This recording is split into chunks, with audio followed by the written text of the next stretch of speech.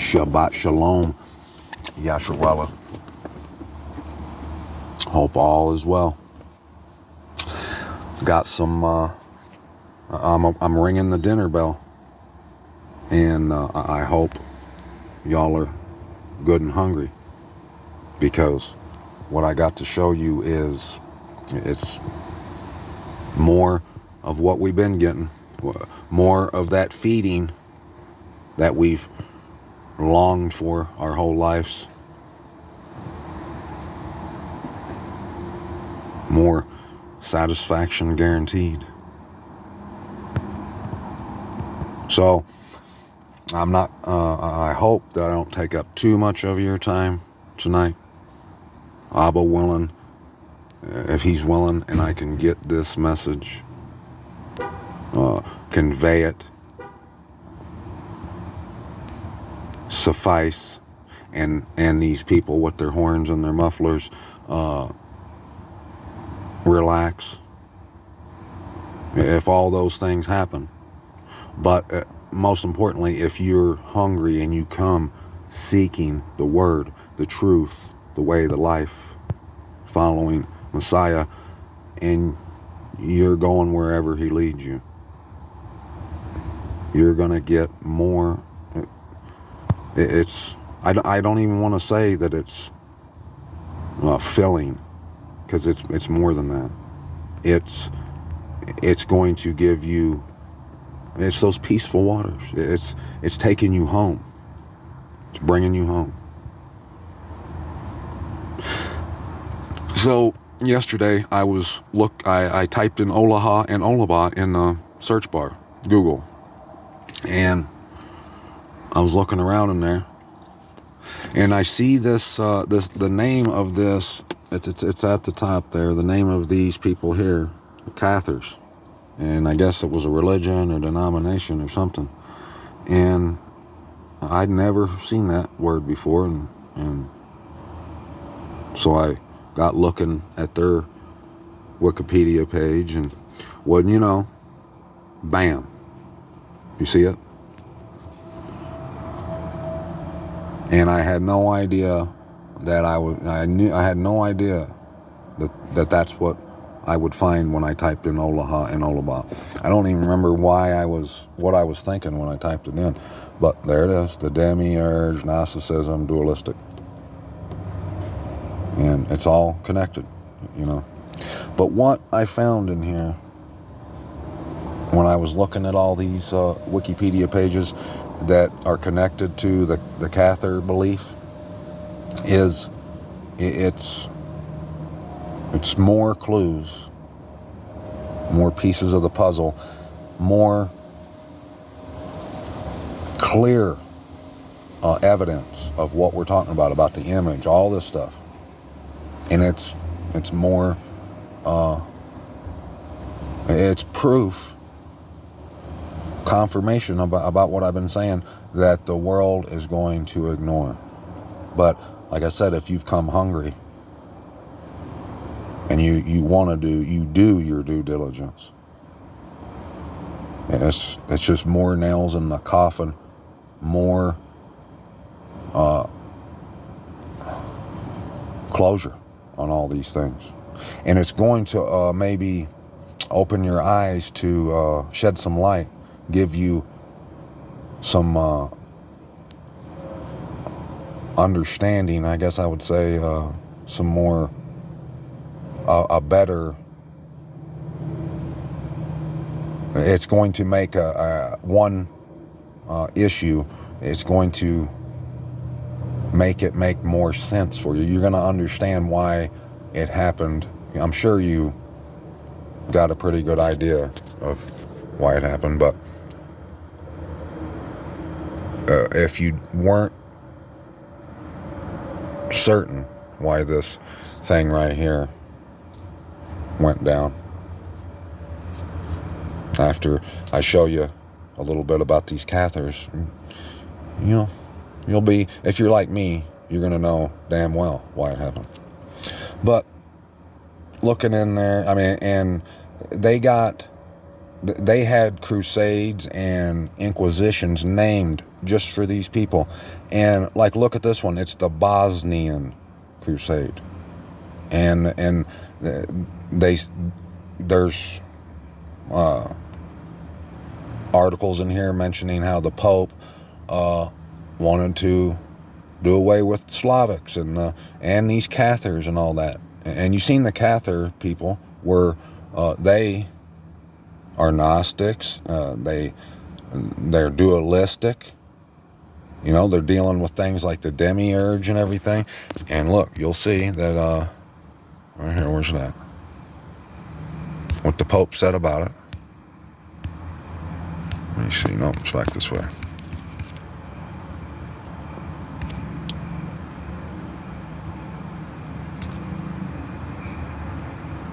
Right here, the writings of the Cathars were mostly destroyed because of the doctrine's threat perceived by the papacy. And you know, that's just like a no-brainer. For anyone who doesn't want to look at these things, they won't look into this, but yet they see that the Vatican, the papacy, is wanting to wipe out people. And they say they're wiping them out because of doctrines and calling them heretics and stuff. The Vatican's calling them heretics. You mean the guys that have ran a massive pedophilia campaign network and all this sick and twisted crap they do? If they're eliminating people, it's not because of something evil that they've done. No, guarantee you. And you're going to see. So, in this, when I was looking at these Catharism people, right here, look at the bottom, at that, right here. It says, by the Catholic Church, which deemed Catharism as a heretical sect. But what I found, that one of the things that are one part of the Catharism Wikipedia was talking about how they had this school that the Pope really wanted to destroy. And it says that school, it was centered around, and that's why I can't hardly pronounce this word, but it's like a mixture of the word geography and history. I can't think of the name of it. I can't pronounce it anyways. But let me see if I can find this right here. You can see right. Nope.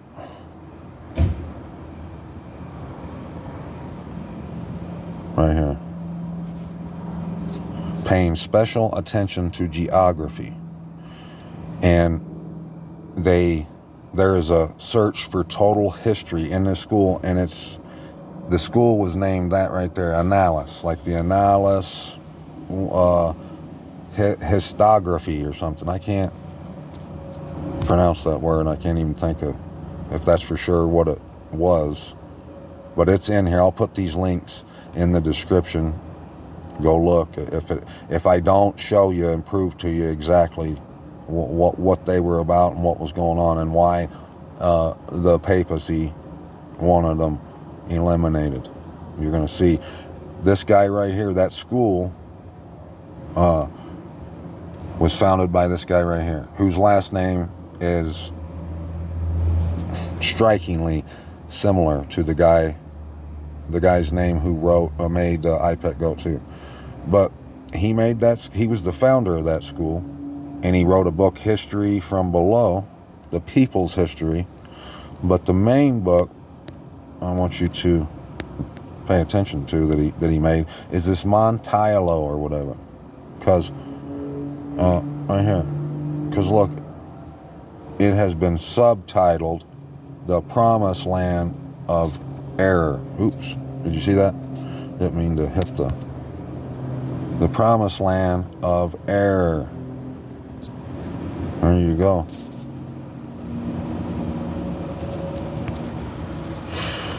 So, people, I've had so many people say, how could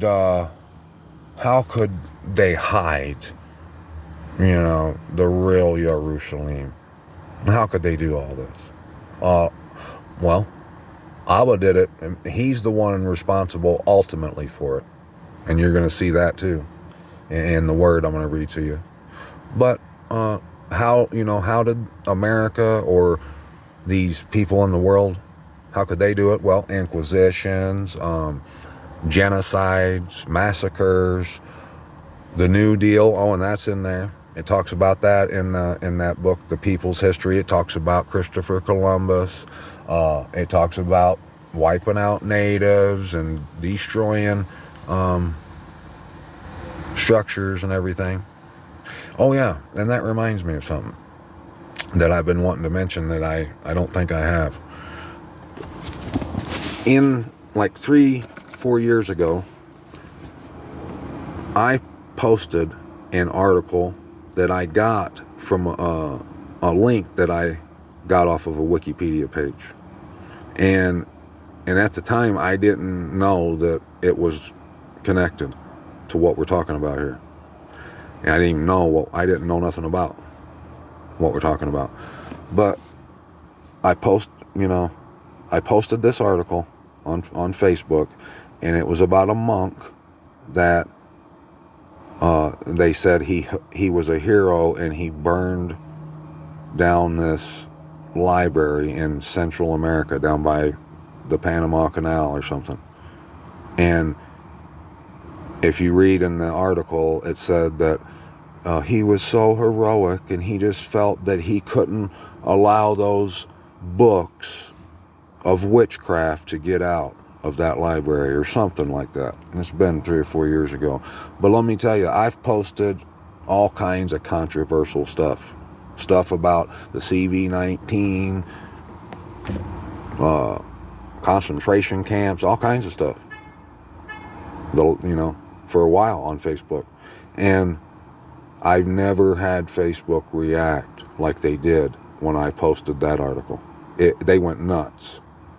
And I mean, they gave me a whooping over that. Let me tell you. And it's crazy. I still can't believe.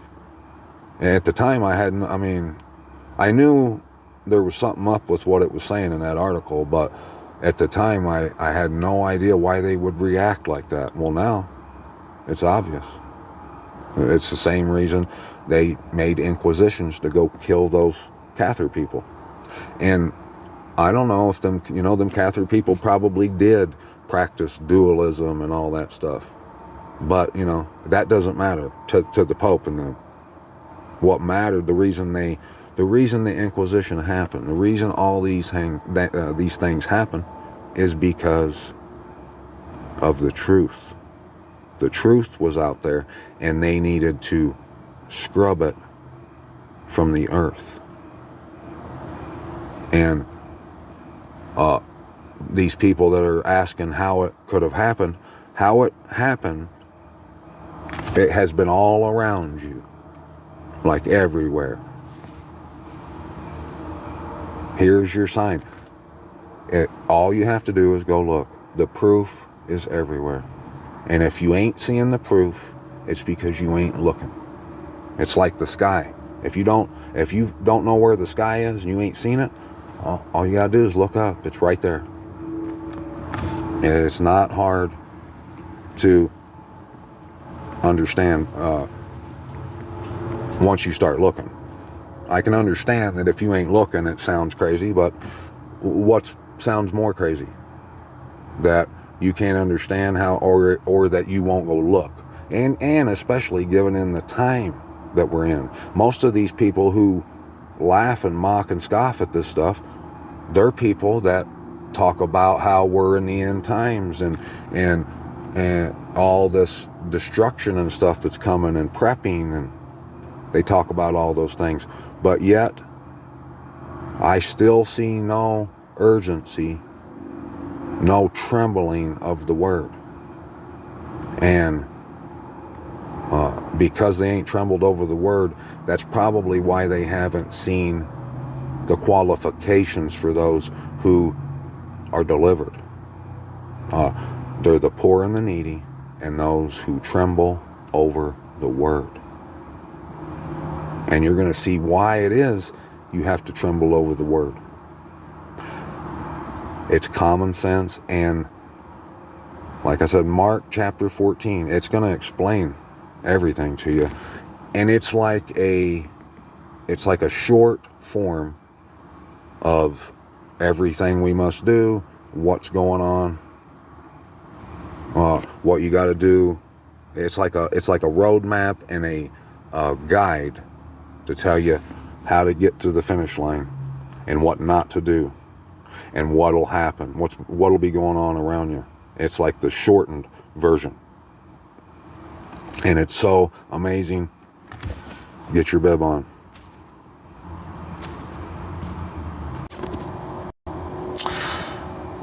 All right. So, verse 1. Now the Passah and the festival of Matzvah was after 2 days. Now, the Passah is the Passover. Before I get reading into it, let's think about what the Passover is about. And we're going to go read a little bit of Exodus 12 so we can get a better, and especially for those who have no idea about the Passover who might hear this, we're going to get a little bit better of understanding, because I want all the understanding I can get of this word. So we're going to get what we can. It's Shabbat. I'm trying not to take up too much of your time, but we need this, Mish. It's crunch time. What else should we be doing? Given the fact that the day of the gnawing and the gnashing of teeth is fastly approaching, and we see all those people blindfolded with the pedal to the metal heading towards that day, we and our loved ones, all these things we should be doing. We should leave nothing out here. Like, they say that you don't want to leave nothing on the field. I don't want to get to that day and think that there was days where I didn't try, I didn't give it maximum effort. This travesty, this level of destruction and blindness, it is calling for maximum effort. So let's think about the Passover. What happened in the Passover? And I've been talking about it. It's the Exodus. They were Yasharal, Yahuwah the Most High's children they were slaves in Egypt, in Mitzrayim. And what did they do? What's the big picture? Abba took them out of there. The Most High took them from Egypt to the promised land. And it wasn't the promised land of error. It was the promised land. And they had to go. They had to have their bags packed. They didn't just sit there and expect Abba to twinkle his nose like I Dream of Genie and transport them to the promised land.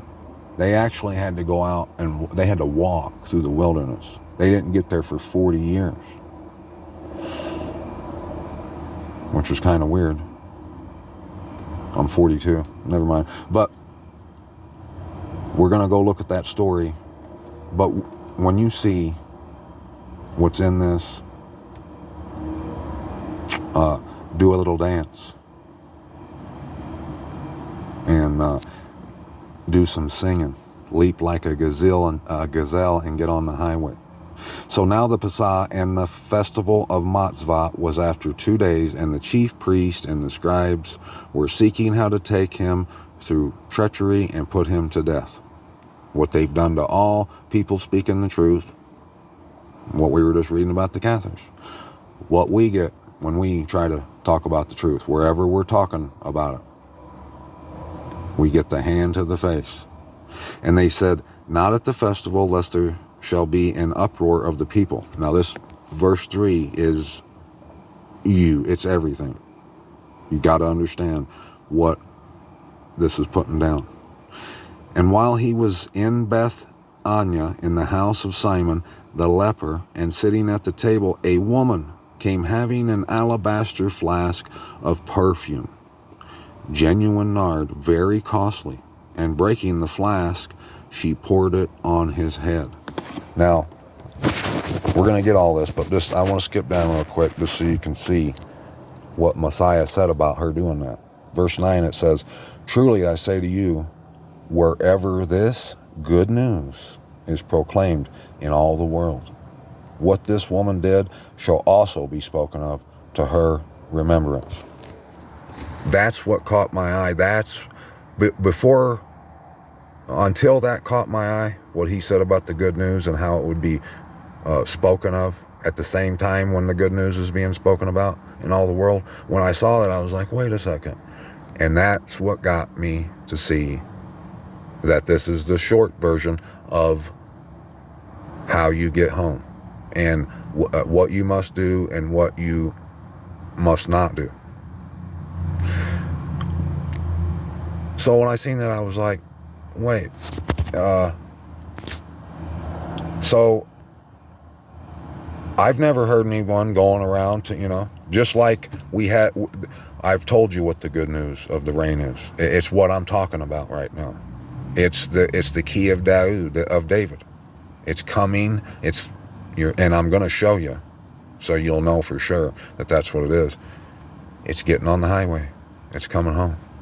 But how? I mean, I haven't heard people going up and saying, "Have you heard about how the woman busted the costly flask of perfume?" And I've heard people talk about it, but why did he say it would be mentioned when the good news was getting mentioned?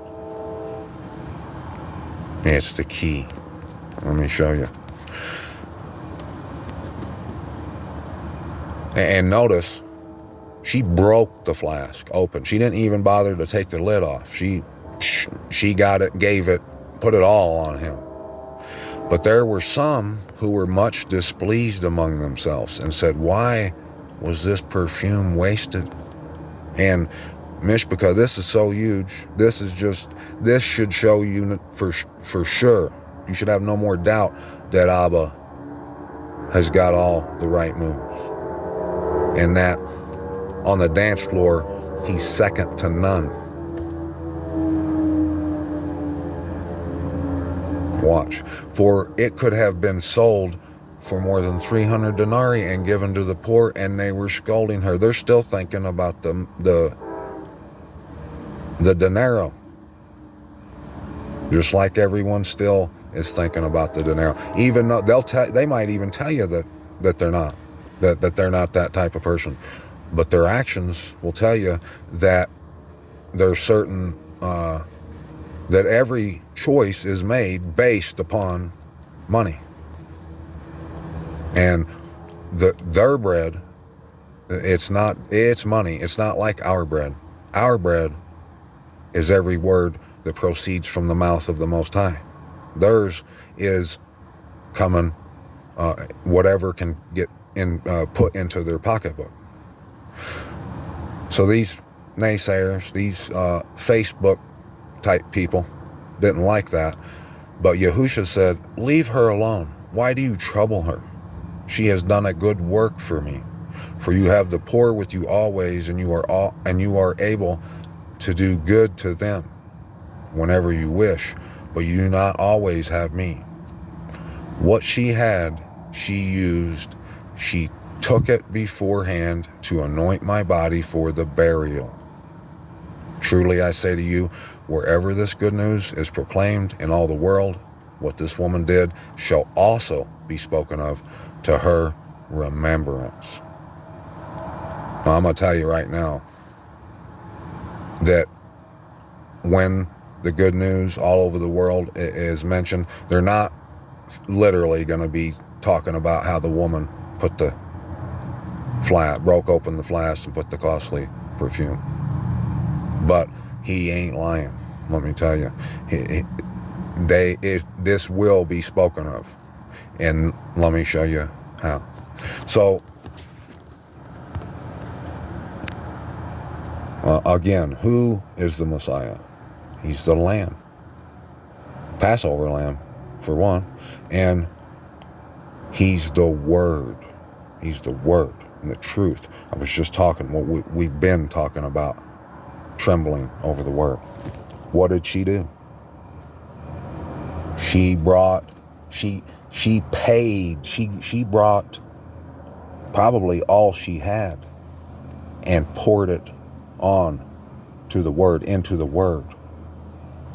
And he let you know that what she had, she used. She took it beforehand to anoint my body for the burial, right before the climax.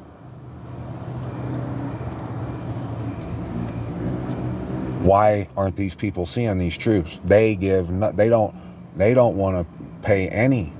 They don't want to sacrifice anything. They don't want to invest anything into reading the Word, finding the truth. I've been saying, if you want the life, you got to be willing to go all the way. There can't be a price that you're not willing to pay. You got to go. That's why the Messiah said, you got to follow him wherever he leads you. You got to pick up your stake and go. You got to be like childlike. There can't be a line that you've drawn in the sand. The world today, they would have looked at that jar of perfume and said, nah, that's too much money. I can't do that. But they want to mock and scoff us for bringing truth out and talking about things that they don't understand. But when you try to get them to go look at the Word with you, what do we see? What do we see, sis? The bottom of their Nikes every single time. The only ones who are going to see this are the hungry, the poor and the needy, the meek, and those who tremble over his word and who give everything. And Yahuda, Judas from Kirioth, one of the 12, went to the chief priest to deliver him up to them. And when they heard it, they were glad and promised to give him silver. They loved it. And he was seeking how to deliver him up conveniently, nice and convenient. Now, one thing I realized from the whole Judas thing and how tickled these guys were to do all that, to do this to Messiah, to the Word, to the truth, just like these people do to us, like those who show us the bottom of their Nikes.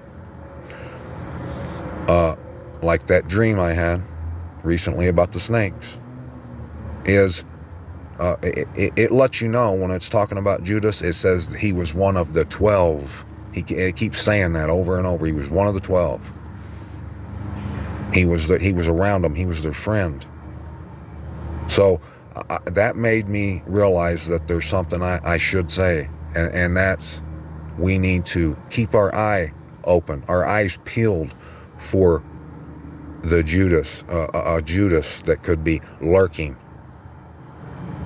In that dream, if I would have been watching, and that's what I remember thinking in the dream, was like, why didn't I look to see them snakes before I started jumping that way? And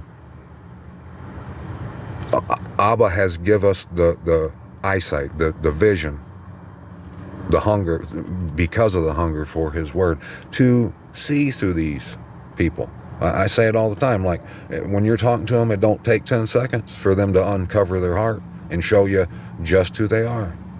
And when we see that, we need to act accordingly.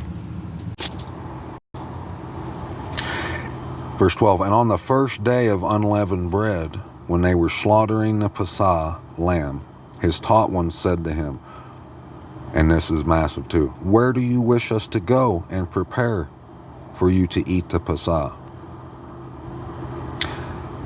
And he sent out 2 of his taught ones and said to them, go into the city, and there a man bearing a jar of water shall meet you. Follow him. Now, you should by now know all words are necessary. There's a reason that the thing to identify the man that they were to follow was holding a jar of water. For them to follow to the city, to find the place of the Passah, the Passover. What happened at the Passover? The Most High said, take a lamb and eat all of it. Any time but besides Passover, if we eat meat, I've went over this so many times, we have to boil, season, or salt. But during the Passover, we're not to boil it. We're supposed to. Why can't I ever think of this word? It's been so long since I did it. Roast. You're supposed to roast it, okay? And whenever he's telling you that you got to boil and season the meat and whatever, on any other day besides Passover, he'd make sure to tell you not to eat any of the guts, don't eat the fat and all this. But watch when we read Exodus 12, he says, eat all of it. Don't, get it all. And he tells them to eat it with their shoes strapped tight, suited and booted, baby, with their cane in their hand, ready to go, bags packed, because we ride in the morning. So,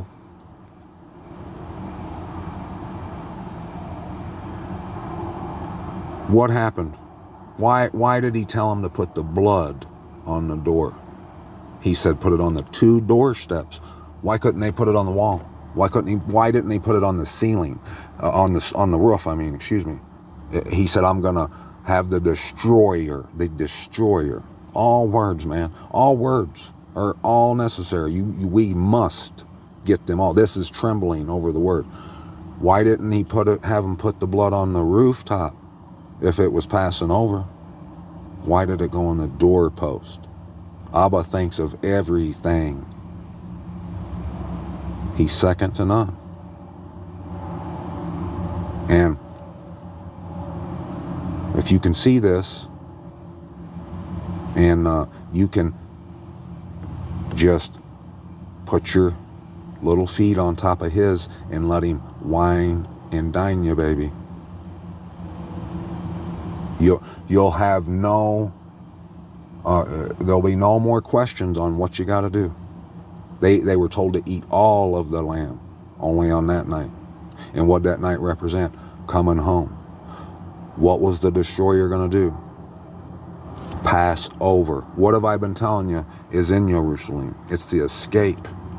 And everything else around Jerusalem is going to be destroyed. The destroyer is going to destroy everything. But in Jerusalem is the only escape. That's what the word has been telling us. That's what the Passover is all about. That's why he had you put the blood on the 2 doorposts. What's the blood? It's the sacrifice. See, these Christians and these people, they think, just like they do with the baptism and all this stuff, they think that that's something magical. Like I said, even though they won't say that, but, they think that it being on the doorpost really didn't have much significance. But we've read the set apart city, she's a garden locked. And you need the key of David, to enter in to that door. You got to see the gates. You got to get on the highway and come home. Messiah said that he's got the key of David. And who is he? He's the truth, the word, the way. That's a reason. There's a reason why he's named the way. If you are hungry and you tremble, you'll feed on the word. You'll find the truth, and it'll point you in the right direction, in the way to home, where you can go through the door.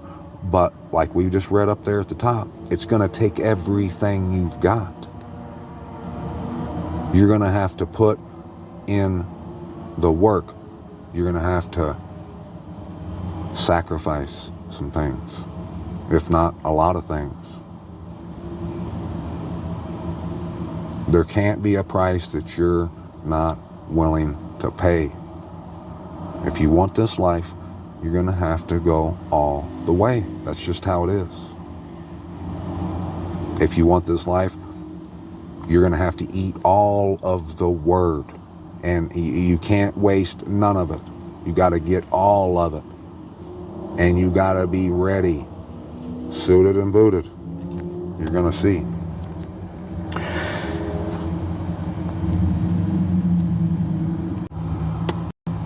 And the main thing we need to keep in mind, what was the Passover all about? It was about Abba bringing his children, guiding them out of bondage and slavery to bring them to their own land, the land of their inheritance.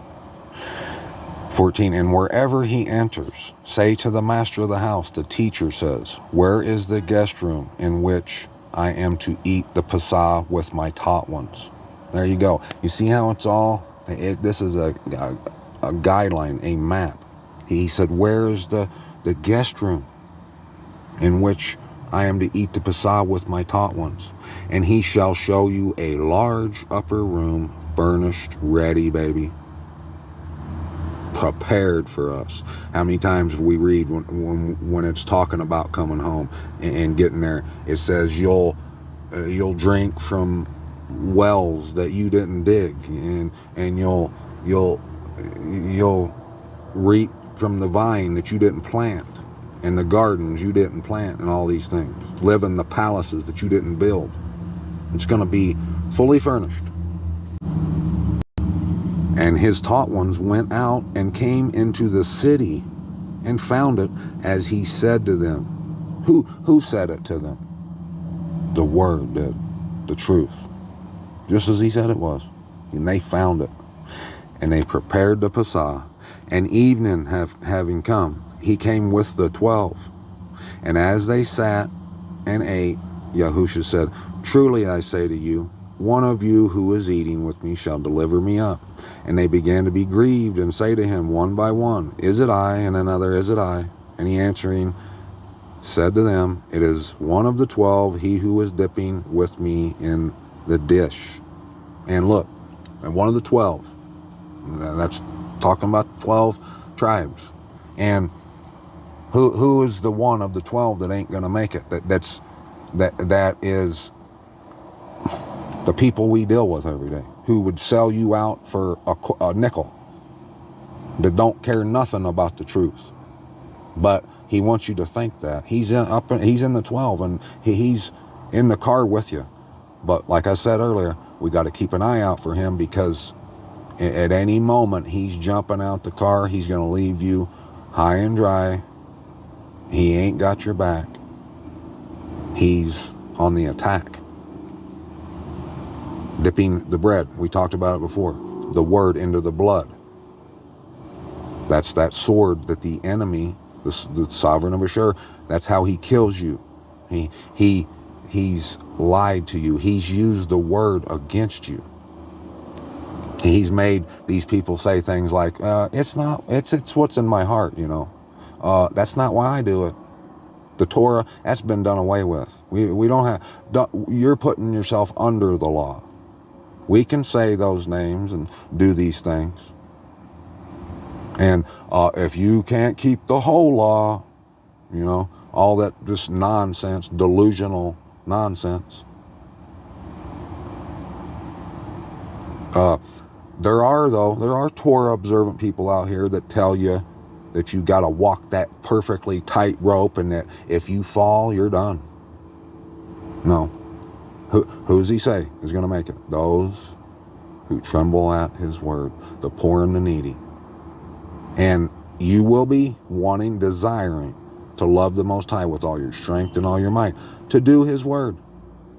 But you're following the Lamb wherever He leads you.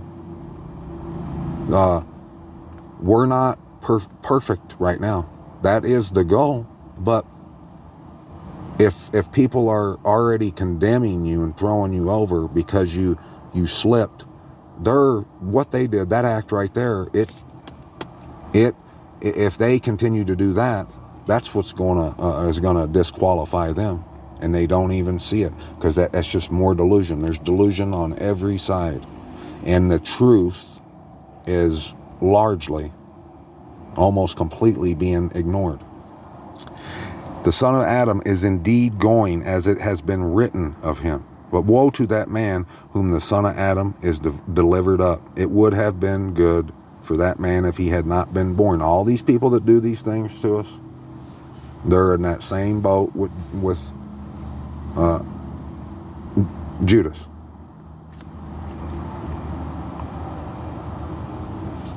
And there's another figure we're going to read about here in a minute. They're probably in the boat with him too. And as they were eating, Yahusha took bread, having blessed, broke it, gave it to them and said, "Take, eat, this is my body." This is the whole reason he said this, because you need to be trembling over the word. You can't be like these people that they'll say, "I've read that 20 years ago, and I know what it says." If you say that, if you come to me and you say, "Hey, did you know that in the book of whatever it says this?" I'm going to say, "Let's go look." That's what you have to do. You have to be ready and willing, baby, and hungry, desiring for the word. You can't be prideful to think that you've got all of the information that it has for you. Bye-bye. And taking the cup, giving thanks, he gave it to them, and they all drank. They all drank from it. All 12 drank from it. The sacrifices. You got to be willing to lose your friends, your girlfriend, your car, your truck, be clad in sackcloth, walking barefoot, bucket naked if you have to. And he said to them, "This is my blood, that of the renewed covenant, which is shed for many. Truly I say to you, I shall certainly no more drink of the fruit of the vine till that day when I drink it," what? "Anew in the reign of the Most High." And having sung a song, they're singing a song, and then they went out onto the Mount of Olives, like the 2 olive branches talked about in Zechariah, that tells you about the wrongness. It's all connected, my mish. And it's all about the same thing. It ain't to the people who don't tremble, who ain't lovers of the word. It's all this random, sporadic, none of it really makes sense. Like it never used to make sense to me. It used to hurt my brain when I would read it. Now, it's like I'm Toucan Sam on the trail, and I don't want to stop, and I'm not going to stop. And Yahusha said to them, "All of you shall stumble in me this night, for it has been written, I shall strike the shepherd, and the sheep shall be scattered." There you go. That's what we read about in Ezekiel when it said that they lusted, Olaha and Olabah lusted after the sovereign of Ashur, all that stuff with the sword, and they set their armor against them, all those things. The sheep, it says the shepherd got struck.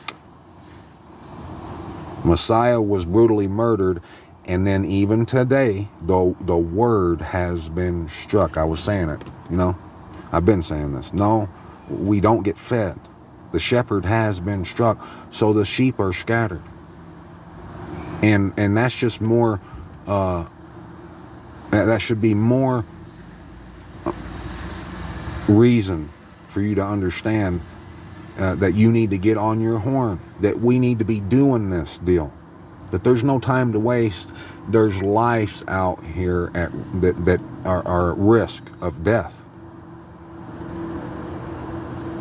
And this is our job. This is the Messiah said he's looking for workers to go out in the field, get in the field, get on the highway, get on your mic, on your horn, and do this. There's no, if you've got time, I say this to you, if you've got time to get on social media and gossip and do all these things, but you ain't got time to help your brother, love your brother and your sister and the Most High, but you think you're getting in, and you don't know for sure what the gnawing and the gnashing of teeth is all about, well, F around and find out. You're about to find out. And you're gonna, that's why you'll be, when you're gnawing and gnashing your teeth, at the same time, you'll be doing it because you'll know what you could have did, what you should have did, and what you didn't do. But after I am raised, I shall go before you to Galilee. And Kepha, Peter, said to him, all words, Mish, even if all shall stumble, yet not I. And that's the majority of what's being said of what believers say today. They're saying, yeah, and they think that. They walk around with their chest poked out and they say, yeah, push comes to shove, they'll roll up their sleeve. They ain't gonna, they'll deny him. They ain't gonna lay down their life, but I will.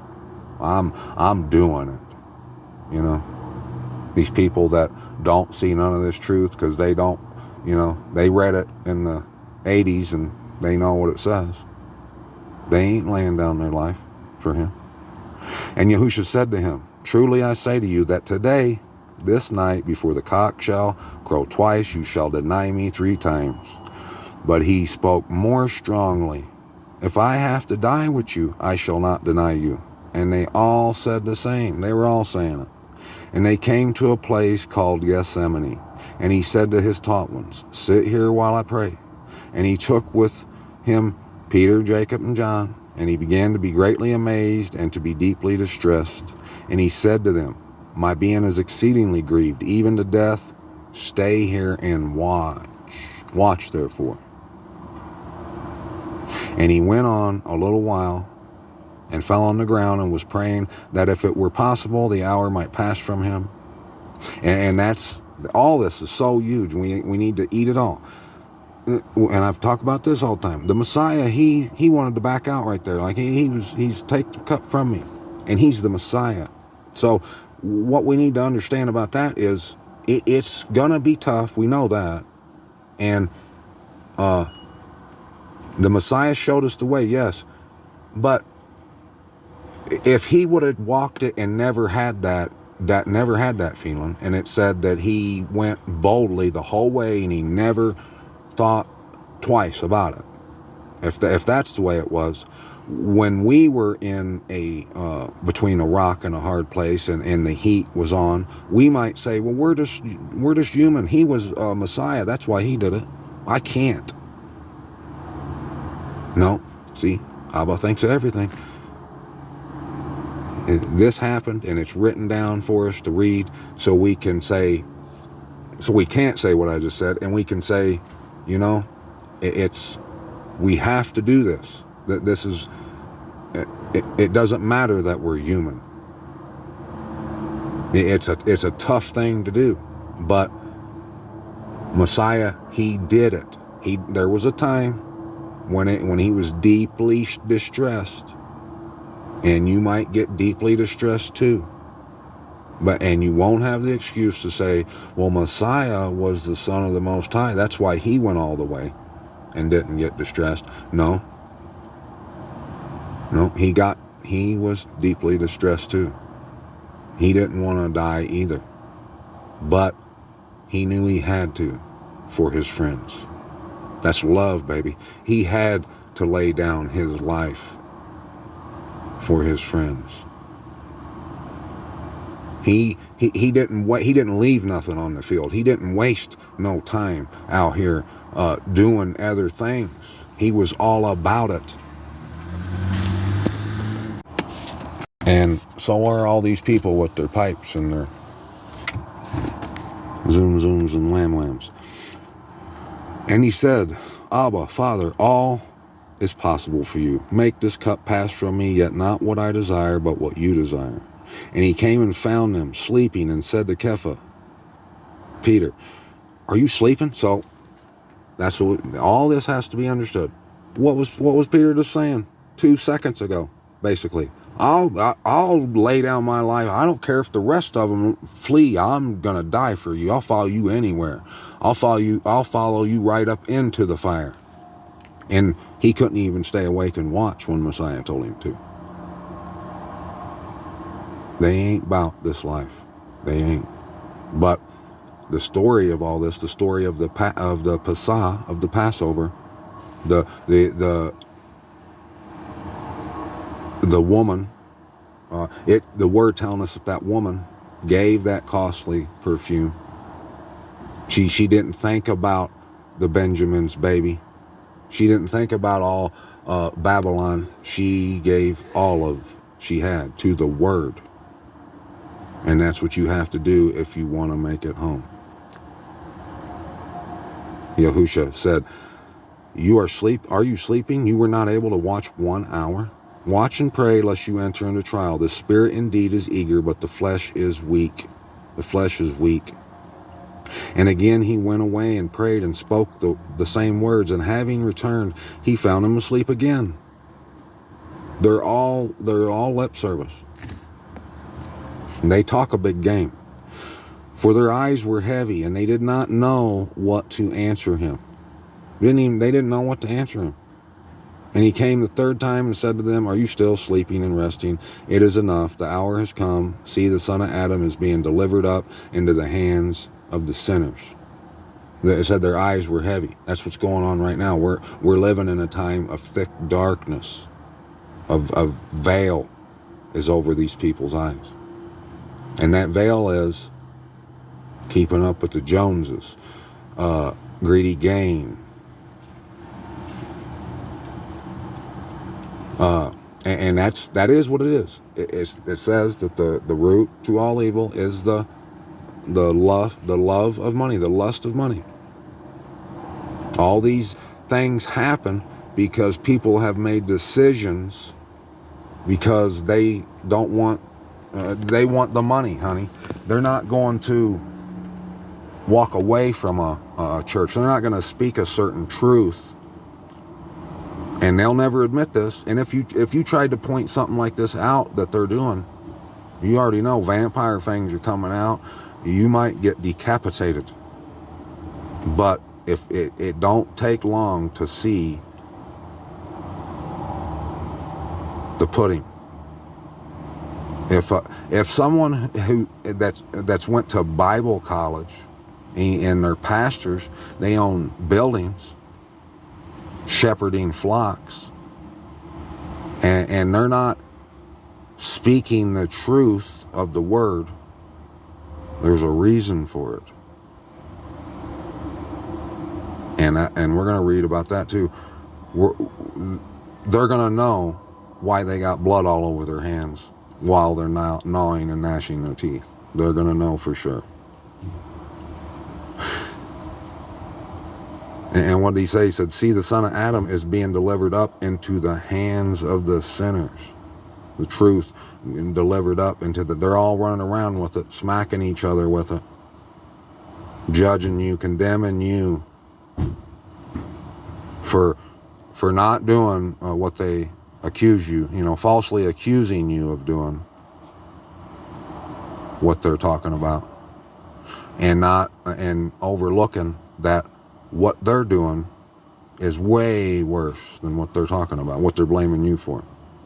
Rise up, let us go. See, he who is delivering me up has drawn near. And immediately, while he was still speaking, Yehuda, one of the 12, with a large crowd with swords and clubs, came from the chief priest and the scribes and the elders.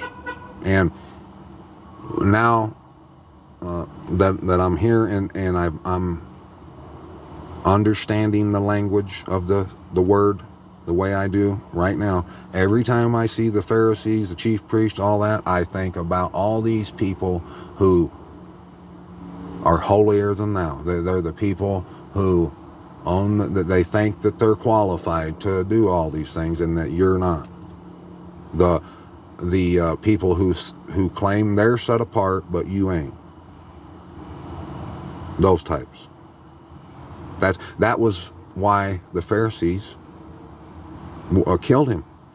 For one, it was going to hurt their pocketbook. That's numero uno. That's the top priority. The whole reason they did it all. But for the reason number two was they wanted to be the ones opening blind eyes, and they couldn't.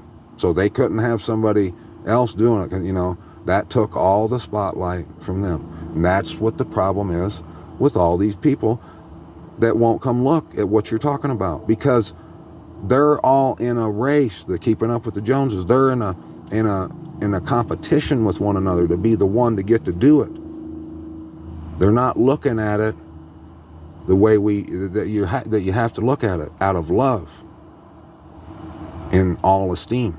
They want all the esteem. And the one who was delivering him up had given them a signal, saying, "Whomever I kiss, it is he. Seize him and lead him away safely." That's why he kissed him. That's why it's written that that's what he did, because that's what they do. They got the word. They'll tell you that they're all about the word and that they read it, but they're not reading it, really.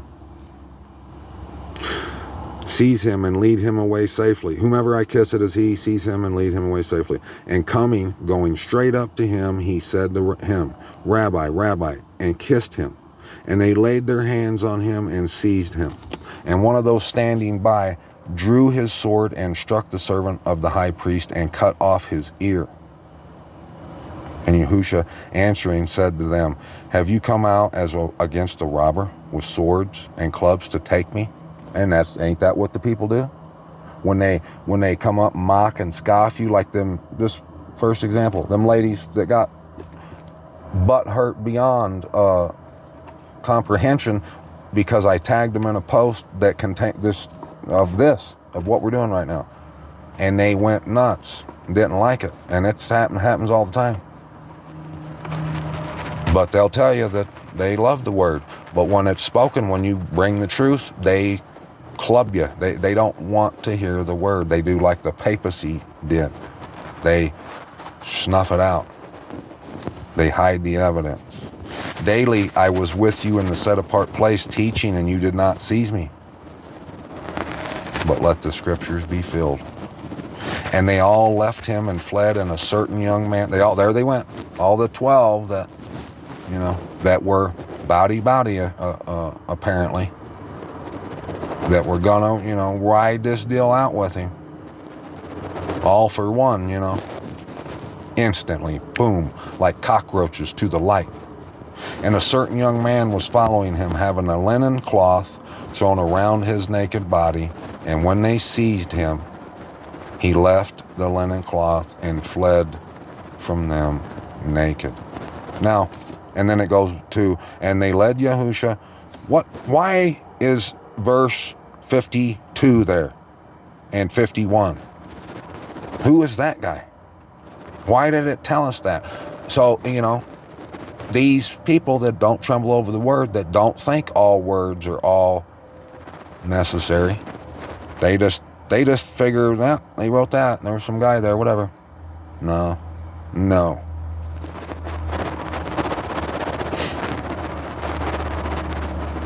He left the linen cloth. What's the linen represent? My mishpachah, the righteousness. What will the two witnesses do? What is it that you're going to have to do if you're willing, if you give it all you got?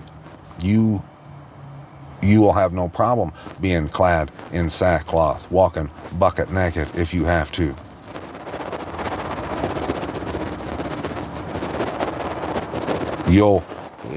When you truly are trembling over this word and you see that the highway is where you have to go get on, what you got to do, you're going to flee.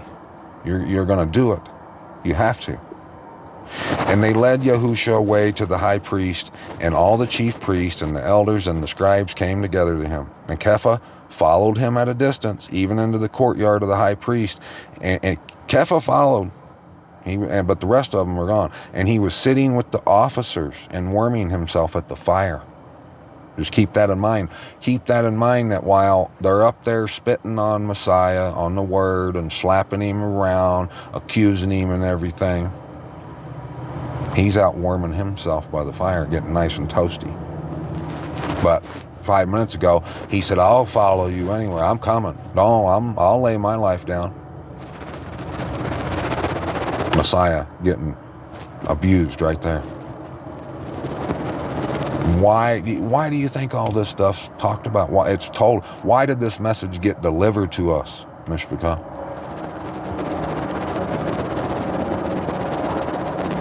What have I been saying? What did I say in the last videos?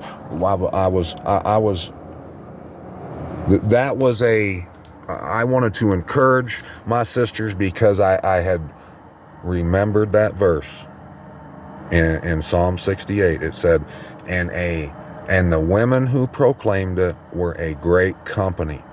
And, you know, the watchmen, the men, there has to be men with battle axe in hand, with bearing the sword on their thigh. They have to be out here slicing and dicing, baby. But the women, at the same time, we all have to be proclaiming this news right now, if we're truly body. If we truly want what we're talking about. And, I mean, you know, the Messiah will vomit you out his mouth if you're lukewarm. Hot or cold. Turn up the heat. It doesn't matter. Look at me. Epic dumbass number one. You know, I used to be absolutely terrified to hit the record button. And I've got an old phone. I don't have the means to do nothing. I didn't know a lot. I still don't know much. I'm hungry. That's all it takes. All it takes is Toucan Sam. Get your nose in the word and with the hunger, and let the word lead you wherever you go. Don't worry about what you'll say. Don't worry about what you'll wear, what you're gonna do. Just go. Put it in gear. That's all Abba wants. He's sitting there wanting you, and that's the way I feel when I haven't hit the record button all day or something. When I'm at work, I'm thinking like, man, I got to get to the horn right now. I don't want Abba. I want Abba to know that I do love him, that I'm not just fronting. I'm not out here trying to convince him of something that ain't real. I don't want him to think that there was more I could have did, which it's going to be the case up until now. There's all kinds of time that I've wasted in the past where I could have gave maximum effort. But now I want to give maximum effort. This is all I want. It's all I want. And it should be all you want. And, you know, like I was saying, we can't, Mishpachah, let's not mimic the world and do nothing that they do. These cowardly people. They'll say that it's all they want to, and that they're willing to go all the way, but they do nothing. They do nothing. They don't go and bring out increase with those talents. And Mishpachah, that Abba's not expecting you to put out perfect proclamation of his word. That's not, he knows you're gonna it's going to be, if you haven't did it before, it's baby steps, and that you have to start somewhere. That's not what he's wanting. He just wants you to do it. He just wants to see you love him, put the effort into doing it. That's all he wants. And he's going to be happy that you do when you do. I want to make my daddy happy. I want to do all I can for him, and I want to do all I can for you. And I mean, what else is there to do? Go round and round on Facebook? Like, share, and subscribe, all that kind of stuff? When what we read in the Word could be proclaimed out here on the airwaves. And yes, the laughers, the mockers and the scoffers, they're going to be laughing at what I just said when they see I got 281 subs. They're going to laugh. They're going to say, yeah, you're really putting it out here. I am putting it out here. This video might get 20 views. I never claimed to be perfect. Abba never said he expects you, that you have to be perfect. He said that that must be your goal. You must love him with all your strength and all your might. But he said, come to me with that childlike faith. Yeah, you're going to be nervous or mess up. You're going to mess up. You're human, you know. You're not going to be perfect. All that matters is your effort and your love, your willingness.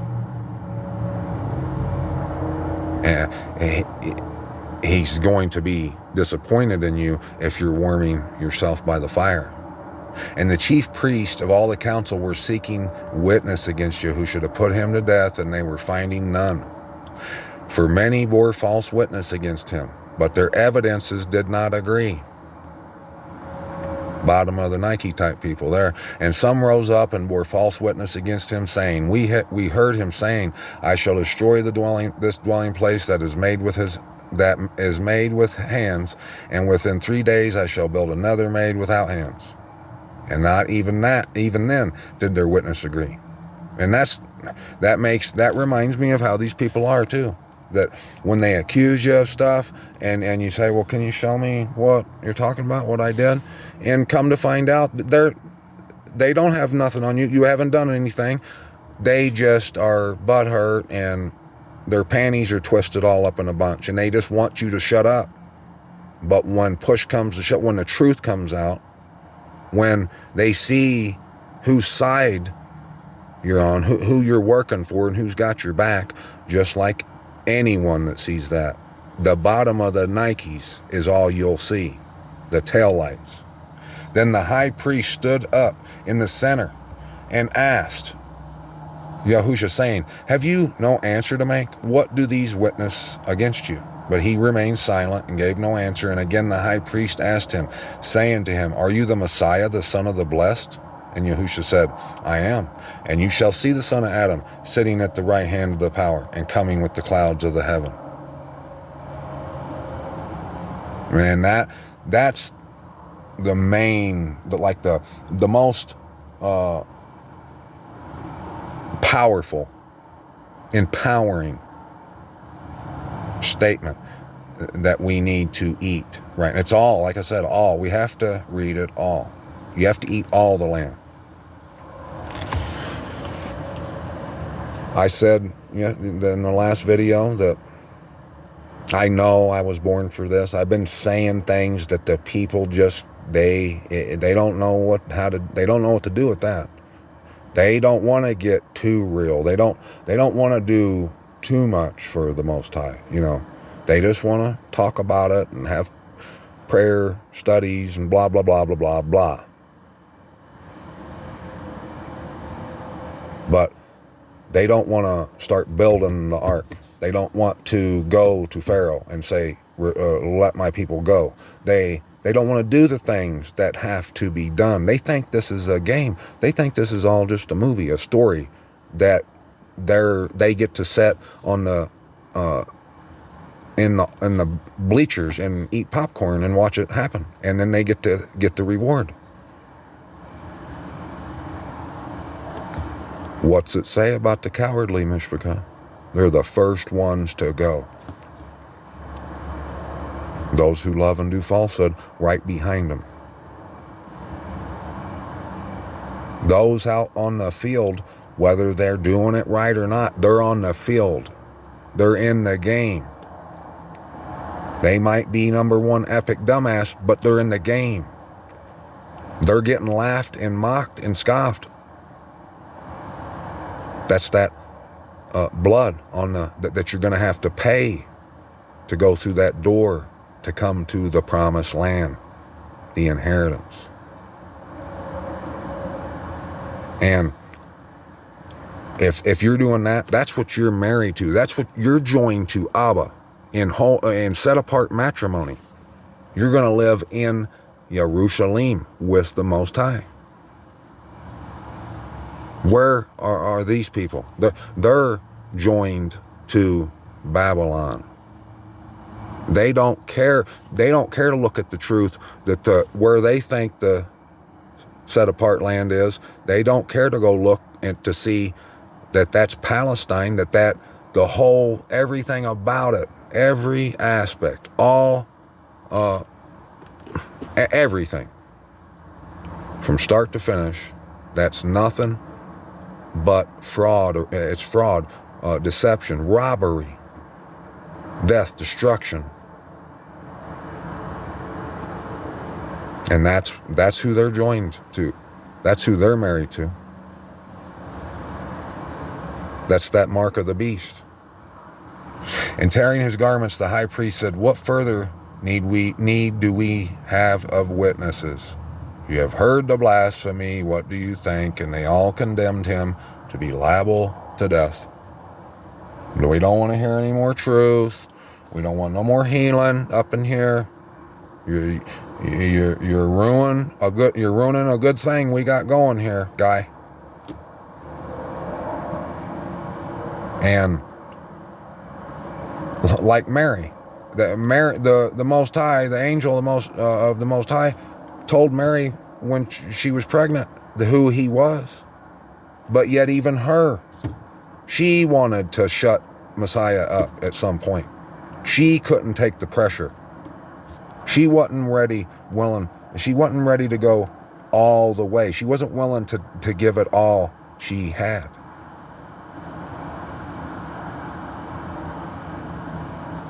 But that's why this second Exodus, this time now, those who will go home now, it's going to be a whole different ball game now.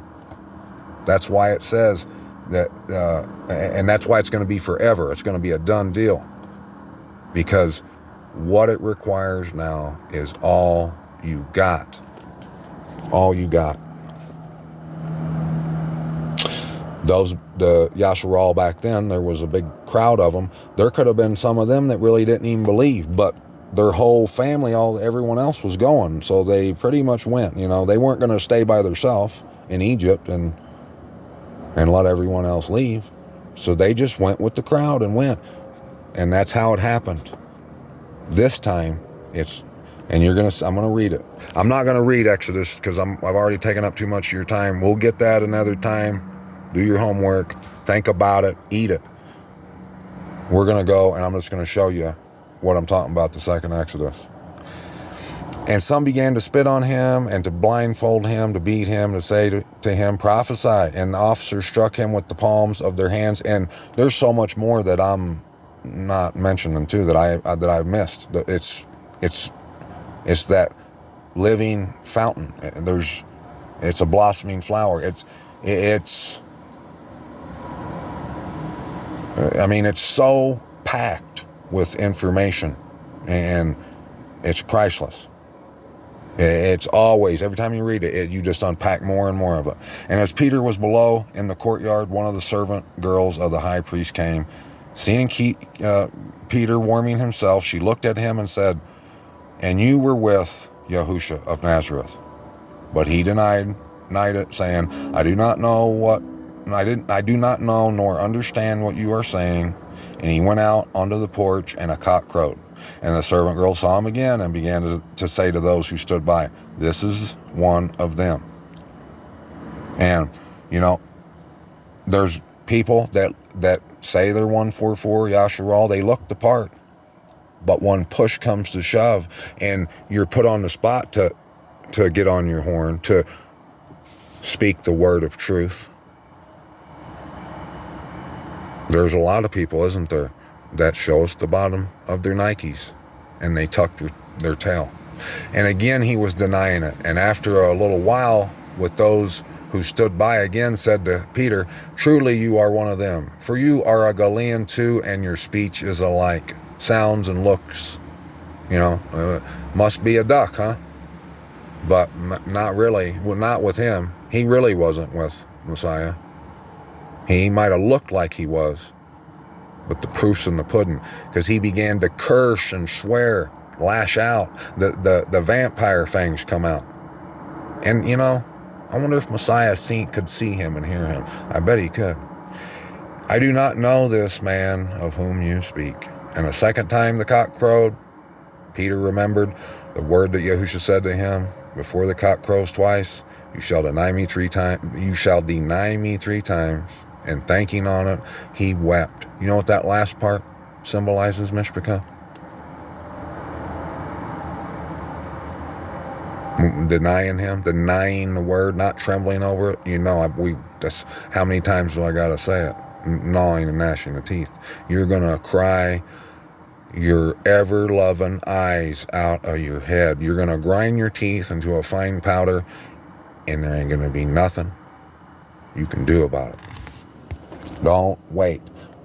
Don't run from the word, from your opportunity to do what's right, to do what you got to do.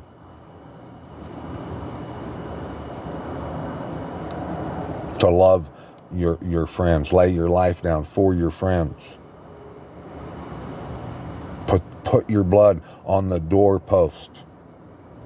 Have your shoes strapped on, sleeves rolled up. Jeremiah 23. Woe to the shepherds destroying and scattering the sheep of my pasture, declares Yahuwah. Therefore thus said Yahuwah the Most High Yasharal, against the shepherds who feed my people, you have scattered my flock, driven them away, and have not tended them. You ain't tended them. So yeah, these people that's been slicing and dicing with the sword in the wrong way, killing people, they've done a great destruction. But don't think for a second that anyone who knows all that but yet ain't doing nothing about it, don't think for a second that you're equally as guilty. If you've got the means and the mouth, if you can speak, you can read this word and you can speak, you should be producing. See, I am punishing you for the evil of your deeds, declares Yahuwah. Therefore I shall gather the remnant of my flock out of all the lands where I have driven them, and I shall bring them back to their fold, and they shall bear and increase. And I shall raise up shepherds over them, and they shall feed them, and they shall fear no more, nor be discouraged, nor shall they be lacking, declares Yahuwah.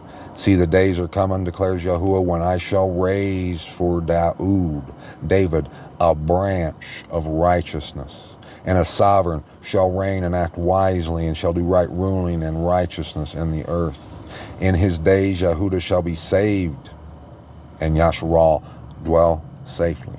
And this is his name, whereby he shall be called Yahuwah, our mighty Most High, our wonderful Creator, our righteousness.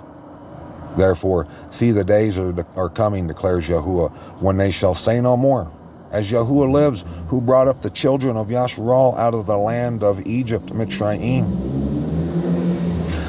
But as Yahuwah lives, who brought up and led. So they're not going to say that anymore. They're not going to talk about that, because it ain't going to have nothing. Yes, it's part of it. It was the start. But this takes the cake. But as Yahuwah lives, who brought up and led the seed of the house of Yasharal out of the land of the north, the land. See, this is how you can know that this is not a lie. I ain't been bullshitting you that you got to get on the road. When it says land, that means you got to move. That's why they had their shoes on. That's why they actually left Mitzrayim. See, the world thinks today, most of them think there's going to be a rapture. Some of them think that, they rapture is crazy, or they got the pre-trib, the post-trib, all this, whatever. They're not willing to get on the road. The Egyptians back then, they could have said that. They could have said, no, we ain't got to go out there. It's too scary out there.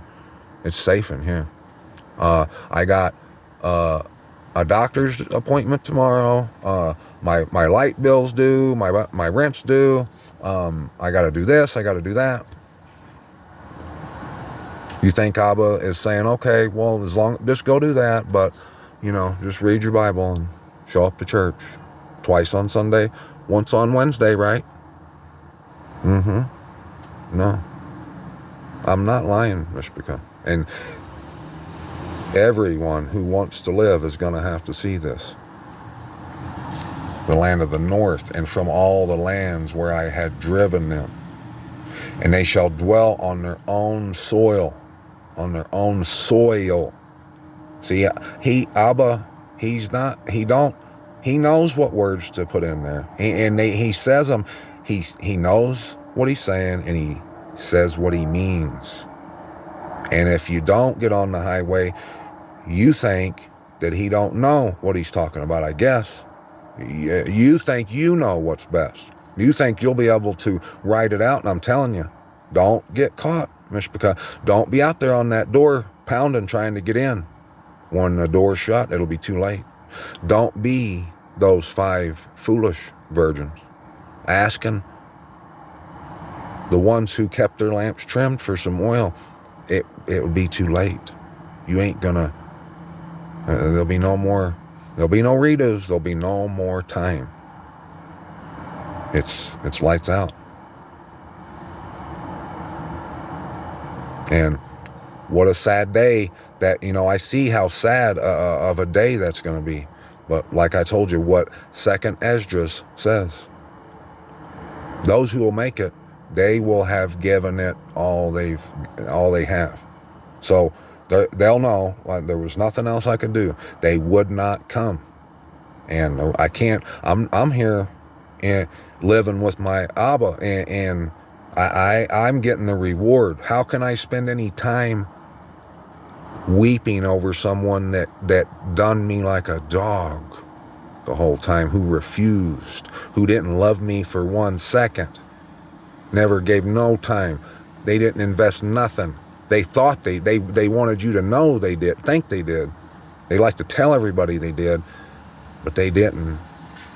They weren't about nothing but fraud, deception, cowardice.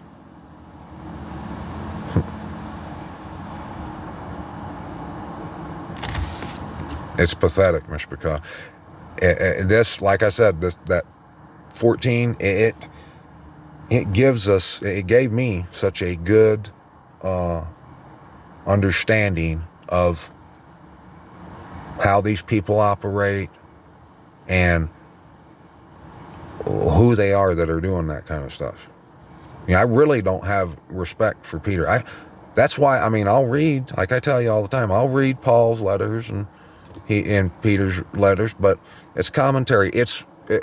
If you think that the word that come out of Peter's mouth, who did what we just read, is the word of the Most High, you're crazy. Yes, he quoted things. There's truth in there. And I've never found anything in there that leads astray. I'm not saying that. But where do I go? What's the word to me? You already know. And if someone takes what I just said out of context and says that I'm saying that you shouldn't read Paul and Peter, they're those who in the end will know we couldn't do nothing for him. We couldn't do nothing for him. Not nothing. My heart within me is broken because of the prophets. All my bones shake. I am like a drunken man and like a man overcome with wine because of Yahuwah and because of his set apart words. Yeah, me too. That's all I want to do. It's all I want to do. When I end this right here,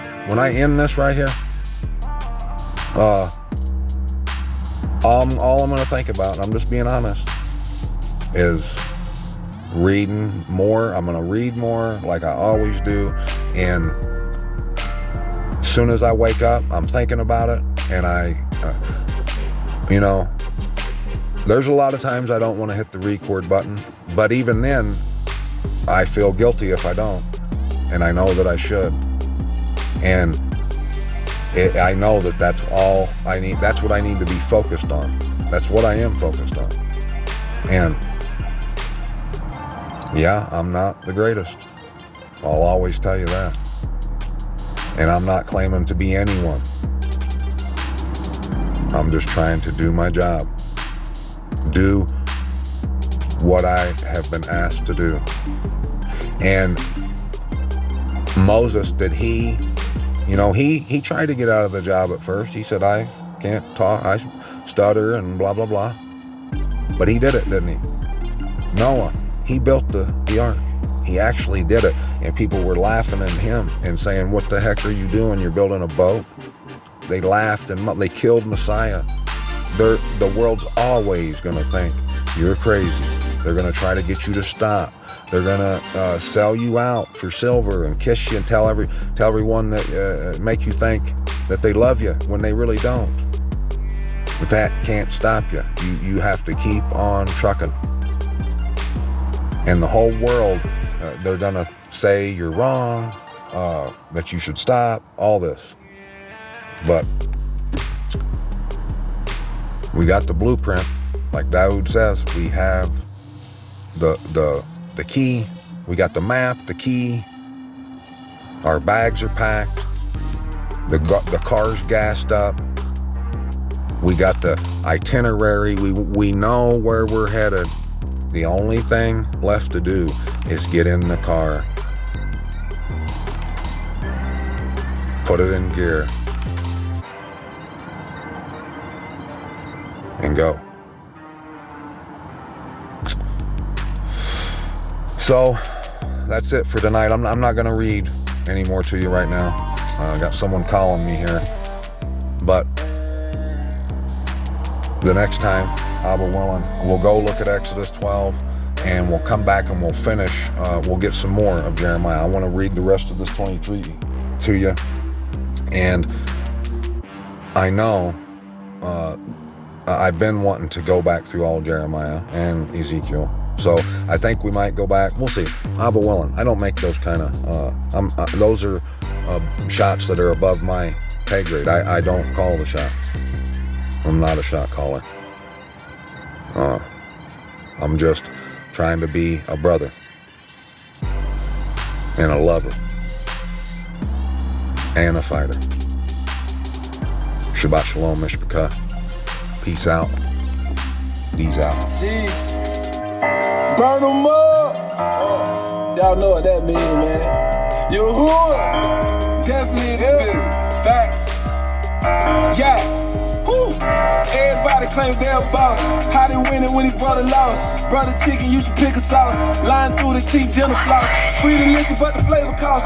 Special made, this a different toss. Yahuwah like this a different gloss. Tiltation, I'ma shake it off. Eat fire, don't take it off. 12 tries, I remember. Fire hot, no simmer. Burn it up, I'm on ember. I'ma carry my temple. Gotta pay what I owe. Common man on the outside, inside on glow. Elevator got the upside. Can't stop, I got no time. I'ma hit it where it hurts. Definition of a punchline. Y'all got me on 10. Real men don't bend. Comfortable with my skin. True music go in. Toy game 100. Friends game 100. Beer game 100. Creative player 100. Target lock, I miss no shot. My goal is out no spot. Straight truth, I don't flip flop. I walk open like flip flop. Like a pure no mix up. Fine wine, I drink big cups. I don't really need much. Born with everything to beam up. Feel brother on the team up. Never hating on the same mission. Cross the land getting leaked up. As long as they got the same. If I'm righteous, I'm with it. Yeah, keeping it right is a lot. We don't be doing religion. You cannot take me at all. They gotta make my decision. All it took is a call. You knew I was with it. And I told them put the weight on me. You can put the weight on me. You can put the weight on me. Told them put the weight on me. You can put the weight on me.